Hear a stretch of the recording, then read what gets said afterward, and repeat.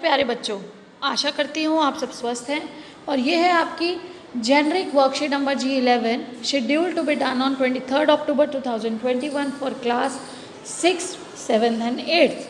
बेटा आज की वर्कशीट बहुत अच्छी है, बहुत इंटरेस्टिंग है और देखिए कितनी कलरफुल बुक्स दिखाई दे रही हैं। तो आपको लगेगा ये बुक्स हैं, नहीं ये बुक्स नहीं है। ध्यान से देखो, जब मैंने भी देखा था तो मुझे लगा अरे ये किताबें हैं, इतनी लंबी कैसे हो सकती है। ये किताबें नहीं है, ये कपड़ों के थान हैं, ये कपड़े हैं सारे और कितने रंग बिरंगे कपड़े हैं। और रंग बिरंगे कपड़ों से कितना अच्छा लगता है ना हमें रंग बिरंगे कपड़े पहनना। तो प्यारे बच्चों, हम तरह तरह के कपड़े पहनते हैं। सर्दियों में कपड़े अलग अलग प्रकार के होते हैं तथा गर्मियों में कपड़े अलग प्रकार के होते हैं। अभी हम पतले कपड़े पहन रहे हैं, गर्मी लग रही है, और जैसे अब मौसम बदलता जा रहा है तो हम धीरे धीरे मोटे कपड़े पहनना शुरू हो गए, फिर ऊनी कपड़े पहनेंगे। तो क्या आपने कभी सोचा है कि कपड़े बनते कैसे हैं, उन्हें किस चीज़ से बनाया जाता है? तो चलिए कपड़ों के बारे में थोड़ी जानकारी जुटाते हैं। आज हम थोड़ा सा कपड़ों के बारे में जानते हैं। कपड़ा मानव निर्मित चीज़ है। कपड़ा क्या है? मानव निर्मित चीज़ है, मानव ने बनाया। कपड़ों का उपयोग हम कई तरह से करते हैं। कपड़ों का उपयोग पहनने के लिए किया जाता है। इसके अलावा कपड़ों का उपयोग चादर बनाने, देखिए कपड़े हम क्या करते हैं, पहनते हैं, चादर बनाते हैं। कपड़ों का उपयोग तौलिया बनाने में किया जाता है। घरों की खिड़कियों और दरवाज़ों पर पर्दा लगाने के लिए किया जाता है कपड़ों का उपयोग। कपड़े के बैग बनाए जाते हैं जिनका उपयोग हम किसी भी तरह घर की सामग्री रखने में करते हैं। कपड़ा धागे से बनता है। कपड़ा कैसे बनेगा? धागा बना के बनेगा। और धागे का निर्माण किससे होता है? कपास या ऊन से होता है। जो धागा बनता है वो कपास या ऊन का होता है। आजकल तो सिंथेटिक यानी कि हम केमिकल्स को मिलाकर सिंथेटिक कपड़े भी बनने लगे हैं जो कि सस्ते होते हैं किंतु पर्यावरण के लिए हानिकारक होते हैं। क्यों हानिकारक होते हैं बेटा? वो सिंथेटिक हैं तो वो ज़मीन में ना विलय नहीं होते, वो मिट्टी में घुलते नहीं हैं। तो कपड़ा कितने प्रकार का हो गया? कपड़ा हमारा 2 प्रकार का होता है। एक तो हो गया सिंथेटिक और एक हो गया प्राकृतिक। तो आप क्या लिखेंगे? प्राकृतिक। और एक आपका कपड़ा है सिंथेटिक यानी कि मानव निर्मित।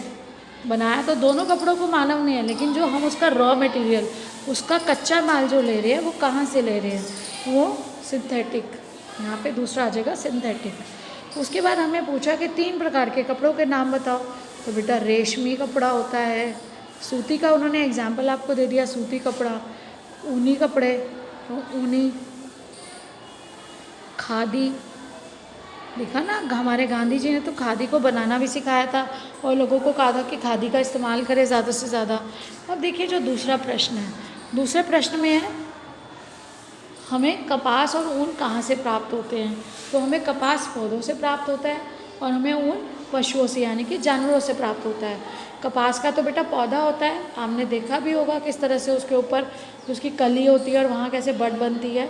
और पशु यानी कि जानवर जैसे भेड़, ऊँट, इनका भी बेटा खाल के ऊपर से ना बाल उतारे जाते हैं और इन बालों से अलग अलग तरह की ऊन बनाई जाती है। अलग अलग तरह के भेड़ों के ऊपर से अलग अलग ऊन बनाते हैं उनके बालों से।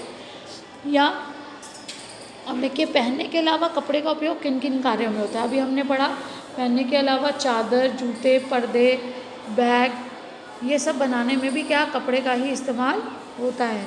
जैसे टेंट बनाते हैं तो भी कैनवस का कपड़ा इस्तेमाल होता है।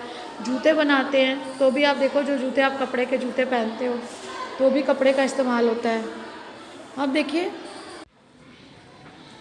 बेटा आप लोग जो कपड़े का इस्तेमाल करते हैं वो चादर, जूते, पर्दे और बैग बनाने में, जैसा कि अभी हमने पढ़ा कि बैग बनाने में यूज़ होंगे। और टेंट बनाया जाता है कैनवस का।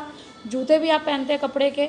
तो आपने खुद इस्तेमाल किया हुआ है कि कपड़े का इस्तेमाल और कहाँ कहाँ हो सकता है और क्या क्या इस्तेमाल हो सकता है, अपनी तरफ से आप वो भी डाल सकते हैं कि कपड़े का हम कहाँ कहाँ पर उपयोग करते हैं। कपड़े के आविष्कार से पहले मानव कपड़े की जगह किन चीज़ों का इस्तेमाल किया करता होगा? घर वालों से बातचीत करने के आधार पर आपको लिखना है। तो बेटा जब आपने पढ़ा था आदिमानव के बारे में, तो जब तक कपड़े का आविष्कार नहीं हुआ था तो क्या करते थे? वो बड़े बड़े पत्तों को सिलकर बड़े बड़े पत्तों का इस्तेमाल करते थे अपने शरीर को ढकने के लिए, या जानवरों की खाल का इस्तेमाल करते थे। तो आप अपने घर में ये बात कीजिएगा अपने मम्मी पापा से, अपने बड़ों से, कि और क्या हो सकता था जिससे वो अपने आप को ढक सकते थे। अब देखिए पहले और आज के पहनावे में क्या अंतर आया है। तो पहले क्या था, पहले हम सूती और सादा कपड़ा ज़्यादा प्रयोग में लाते थे, परंतु आज के समय में सिंथेटिक और फैशनेबल कपड़ों का चलन है। तो आप सब भी हर अवसर पर, आप हर अवसर के लिए अलग कपड़े रखना चाहते हैं। तो ओकेजन को क्या बोलते हैं, अवसर। अवसर के अनुसार हम अलग अलग तरह के कपड़े पहनते हैं, और हमारी जो है सभ्यता में अलग अलग डिज़ाइंस और अलग अलग, अब देखो किसी राज्य के कपड़े हैं वो अलग तरह के हैं, और आज पे अलग हो गया उसमें भी कुछ, और पहले ट्रेडिशनल जो था, पहले वो जो सांस्कृतिक था वो अलग था। तो जैसे जैसे समय बदलता जा रहा है वैसे वैसे कपड़ा और कपड़े की जो गुणवत्ता है, कपड़े का प्रेजेंटेशन जो आप पहनते हो अलग अलग तरह का, अगर हम देखें तो उसे हम स्पष्ट सब शब्दों में या सिंपल वर्ड्स में बेटा क्या बोल सकते हैं कि आज सिंथेटिक और फैशनेबल कपड़े ज़्यादा पहने जाते हैं, जबकि पहले सादा और सूती कपड़ों का इस्तेमाल ज़्यादा होता था।